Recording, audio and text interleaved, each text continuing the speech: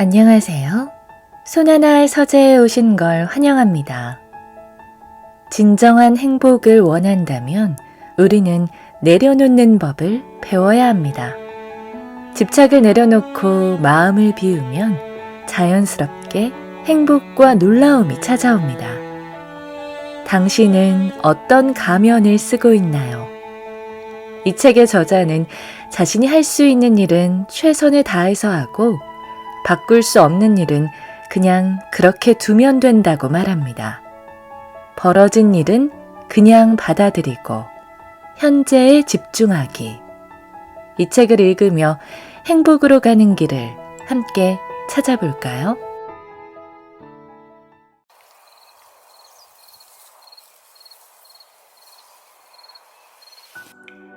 실망을 받아들이는 것은 인생의 필수 과정이다. 관용은 키우고 집착은 줄인다. 내 친구는 아들이 하나 있는데 이제 막 초등학교에 입학했다. 어느 날 모임에서 그녀는 아들이 숙제하는 걸 완강하게 거부해서 이 일로 담임 선생님과 여러 번 상담했다며 몹시 걱정스러워했다. 그런데 막상 아들과 이야기를 나눠보면 아들은 숙제를 하지 않은 것에 별 신경을 쓰지 않는다는 것이다. 친구가 내게 물었다. 너라면 이럴 때 어떻게 할 것 같아? 나 같으면 숙제를 하지 않았을 때 생길 수 있는 결과에 대해 진지하게 얘기해 볼 거야. 만약 아이가 그걸 감당할 수 있다면 그냥 내버려 둘 거야. 친구는 아들 일도 해결되지 않은 상황에서 딸에게도 문제가 생겼다. 이제 4살이 된 딸이 늘 자신이 다른 아이들보다 못생겼다고 투덜거리고 친구들이 자신을 좋아하지 않아서 같이 놀고 싶지 않다고 짜증을 부렸다. 내 친구도 심리상담사여서 자녀를 양육하고 가르치는 과정을 꼼꼼히 돌아보면서 딸의 정서적 만족을 위해 늘 신경을 쓰는 편이었다. 그런데 딸의 이유 없는 열등감은 어디에서 온 것일까? 우리는 함께 분석해 보기로 했다. 이리저리 생각을 하다가 아이가 원래 선천적으로 그렇다는 결론에 이르렀다. 아들이 숙제를 거부하는 일이든 딸이 알 수 없는 열등감에 빠진 일이든 분명 반가운 일은 아니다. 일반적인 부모라면 극도로 초조해야 하고 아이를 바로잡기 위해 온갖 방법을 동원했을 수도 있다. 그러나 내 친구는 현실을 바로 받아들였다. 어쩔 수 없네. 내가 뭘 할 수 있겠어. 심리학 분야에 종사하는 사람들은 어떤 일이든 비교적 쉽게 받아들이는 편이다. 그들은 인생을 다루든 인간관계를 다루든 관용의 폭은 키우고 집착의 폭은 줄인다. 이 세상의 그 무엇도 내 기대만큼 완벽할 수는 없다. 옛말에 인생사 열의 9은 뜻대로 되지 않는다는 말이 있다. 하지만 현실에서 뜻대로 되지 않는 상황이 오면 위에 내 친구처럼 태연하게 마주할 수 있는 사람이 몇이나 될까? 며칠 전 상담을 하는데 갑자기 내담자가 큰 깨달음을 얻은 것처럼 감탄했다. 선생님, 저번에 저에게 성장하지 않고 변하지 않으면 어딜 가도 같은 상황에 부딪힐 거라고 말씀하셨잖아요. 그게 무슨 말인지 이제 알겠어요. 그녀는 이전에 다니던 회사에서 인간관계 때문에 힘들어했는데 직장을 옮길지 말지를 고민할 때 나를 찾아와서 의견을 물은 적이 있었다. 하지만 그때만 해도 그녀는 자신에게 문제가 있는 게 아니라 운이 없어서 함께 일하기 힘든 동료를 만난 것뿐이라고 생각했다. 결국 그녀는 생각했던 대로 퇴사를 하고 바로 새로운 직장을 구했다. 새 회사에 들어간 지 얼마 되지 않았을 때는 모든 게 순조로웠다. 상담 중에 사무실 분위기가 어떤지, 전 회사보다 얼마나 좋은지 이야기를 하다 보면 나 또한 그녀가 자신에게 맞는 회사를 잘 찾은 것 같아 덩달아 기뻤다. 그러나 2달 뒤 그녀는 또다시 주변 동료 때문에 힘들어했고 출근 자체를 너무 괴로워했다. 하루하루 마음이 편치 않아 일에 집중할 수도 없다고 했다. 그녀는 불만에 가득 차서 물었다. 선생님, 저는 그냥 편하게 일하고 싶어요.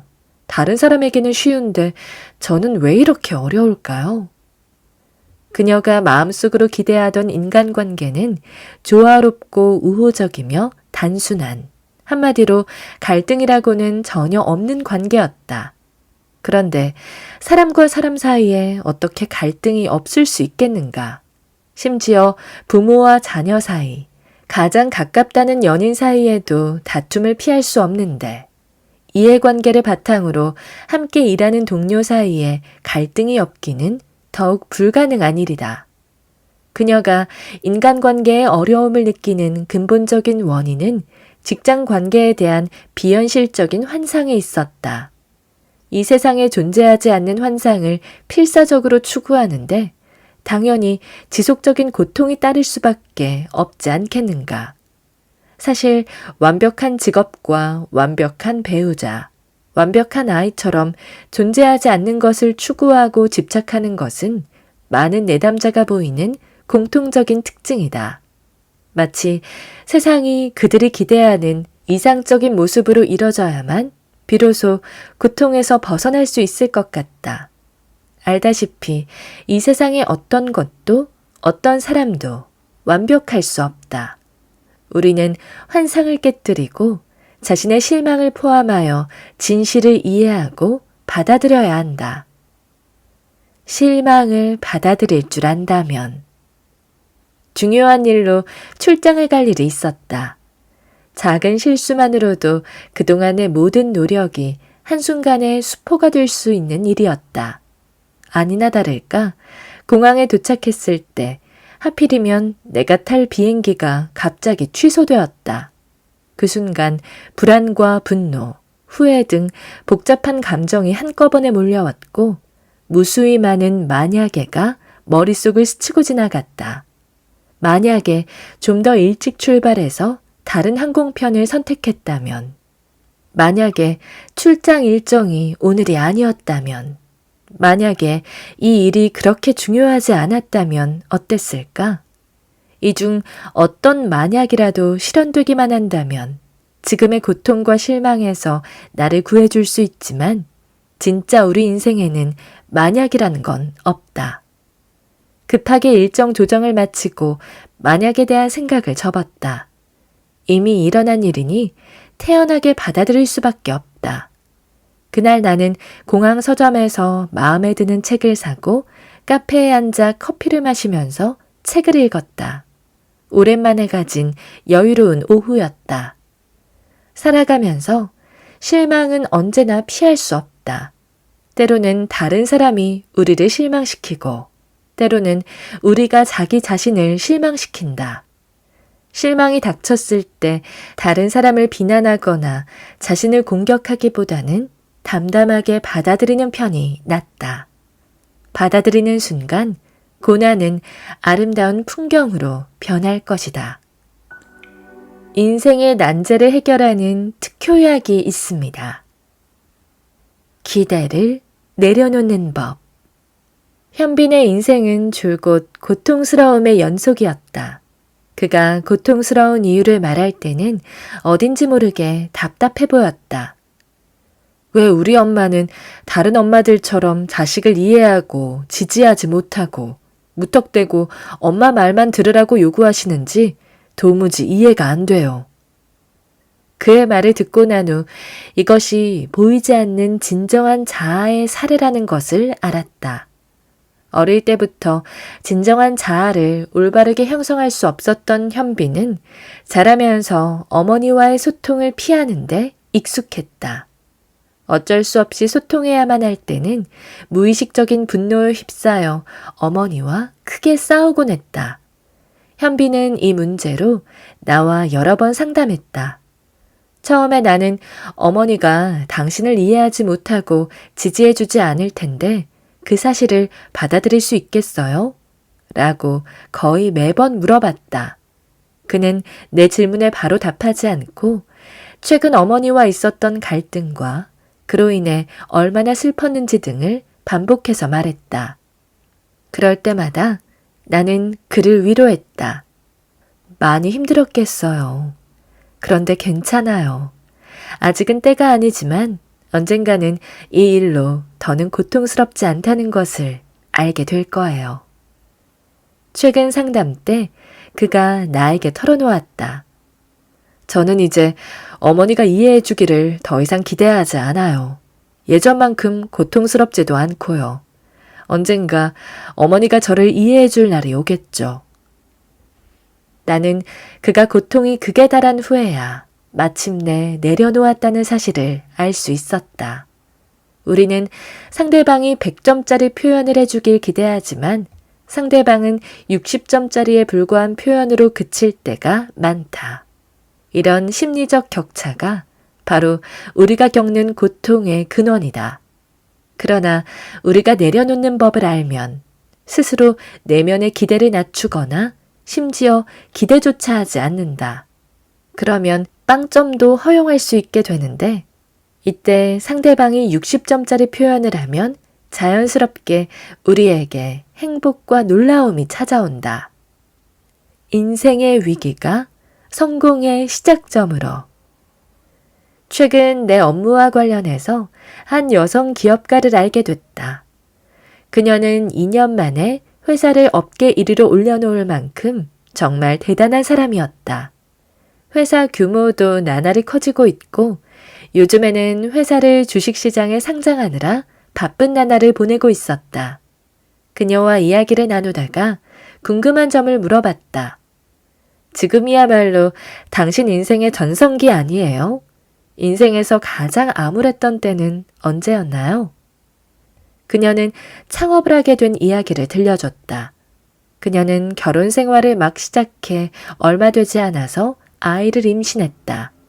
설레는 마음으로 새 생명을 기다리던 중 뜻밖에도 남편의 외도 사실을 알게 됐다. 기가 막히게도 그녀의 남편은 다른 여성과 사랑에 빠졌다고 솔직하게 인정했고 그렇게 그녀는 결혼 생활을 정리한 뒤 집을 떠났다. 이혼 후 그녀는 저축한 돈이 많지 않았기 때문에 금방 재정적으로 궁핍해졌다.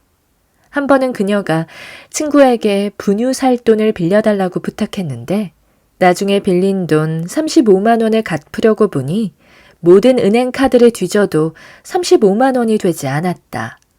그 순간부터 그녀는 변화를 위해 창업을 해 아이에게 더 나은 삶을 만들어주기로 결심했다. 운명이 그녀를 인생의 밑바닥까지 몰아붙였을 때 오히려 그녀의 내면에서 놀라운 영감이 솟구친 것이다. 이후 끊임없는 노력을 통해 마침내 그녀는 지금의 성공을 이룰 수 있었다. 그만두자라는 지혜. 친구가 나에게 물었다. 많은 사람이 자신을 바꾸고 싶어 하잖아. 일찍 일어나고 운동을 열심히 하고 자기 감정을 다스리고 싶어 하는데 왜 그렇게 어려운 거야? 이 질문을 정신분석학적 관점으로 접근해보면 답은 여러 가지가 있다. 예를 들어 만족지연이 불가능하거나 이러한 일에서는 즐거움을 얻기 어렵거나 추진력이 부족하기 때문일 수 있다. 도전은 초자아가 명령하고 자아는 이에 맞서기에 호락호락하지 않다. 그러나 내 생각에 이 질문에 대한 가장 좋은 답은 충분히 고통스럽지 않기 때문이다. 고통은 흔히 우리가 인생에서 부딪히는 많은 난제를 해결하는 두 가지 특효약을 만들어내는데 하나는 하자고 다른 하나는 그만두자다. 내가 아주 좋아하는 작가인 왕샤오보는 인간의 모든 고통은 본질적으로 자신의 무능력에 대한 분노에서 비롯된다 라고 말했다. 이 말은 다음과 같이 이해할 수 있다. 대부분 사람은 위에 성공한 여성 기업가처럼 하자는 용기가 없고 사례자 현빈처럼 그만두자라는 담대함이 부족해 결국 자신을 고통스럽게 한다. 나는 고통 속에서 용기를 북돋아 눈부신 발전을 이룬 사람들을 존경한다. 그들은 투사다. 또 인생의 어려운 문제 앞에서 과감하게 그만두자라고 말할 수 있는 사람들도 존경한다. 그들은 지혜로운 사람이다. 어려움을 두려워하지 않는 것도 물론 소중하고 모든 사람에게 하자는 용기가 필요하다는 것에도 동의한다. 하지만 해결할 수 없는 난제에 부딪혔다면 그만두자보다 더 좋은 해답이 있을까? 그만두자라는 말을 과소평가하지 말아야 한다. 다시 한번 말하지만 인생 문제의 특효약 중 하나는 하자이고 다른 하나는 그만두자이다. 자신의 증상에 맞게 약을 처방하면 모든 병은 머지않아 사라질 것이다. 해야 한다는 강박을 내려놓는 것이 자유다. 제 실수를 용서할 수 없어요. 며칠 전 한 친구와 이야기를 나눌 기회가 있었는데 그가 자신의 감정 상태에 대해 직접 말하진 않았지만 현재 아주 좋지 않다는 것쯤은 느낄 수 있었다. 그는 워낙 똑똑한 사람이라 자신의 불만이 어디에서 왔는지 잘 알고 있었다. 다만 스스로 변화할 능력이 없다고 느꼈거나 변화할 의지가 없었을 뿐이다. 또한 내면의 고통을 겪고 있으면서도 주관적인 의지가 꺾이는 상황이 그를 고통의 소용돌이 안으로 밀어넣고 있었다. 그는 이러한 상황을 받아들일 다양한 이유를 찾으려고 노력했다. 내가 이렇게 해야만 책임감 있는 사람이라는 것을 증명할 수 있어. 그렇게 해서는 안 된다. 그렇지 않으면 큰 손해를 보고 말 거야. 이렇게 그는 여러 가지 이유들을 논거로 삼아 현재 상황을 받아들이기 위해 애썼다. 하지만 유감스럽게도 그는 이런 이유들로 자신을 설득해봤지만 여전히 감정이 풀리지 않았다. 일상적인 상담을 하다 보면 서로 다른 내담자들인데 비슷한 이야기를 할 때가 많다. 내면이 좀 더 강해졌으면 좋겠어요. 제 실수를 용서할 수 없어요. 완벽한 엄마가 되고 싶어요. 그들은 저마다 해야 하는 모습이 되고자 열심히 노력하지만 매번 잔인한 현실 앞에서 실패하고 만다. 굉장히 열심히 노력했는데도 왜 안 되는 걸까요? 이렇게 질문하는 내담자에게 반문해 보았다. 누가 그렇게 해야 한다고 시켰나요? 그러면 어리둥절한 표정으로 대답한다. 누가 시킨 건 아니에요. 그냥 제가 원해서 하는 거예요. 더 나은 사람이 되려고 하는 게 잘못된 건가요? 그렇다. 인간이 더 강해지고 훌륭해지고 완벽해지고자 하는 것은 지극히 정상적인 일인데 무슨 문제가 있겠는가? 이건 모두 적극적이고 긍정적인 자기 기대다. 그런데 왜 그 기대를 실현하는 과정에서 우리는 즐거움이 아닌 고통을 느끼는 걸까?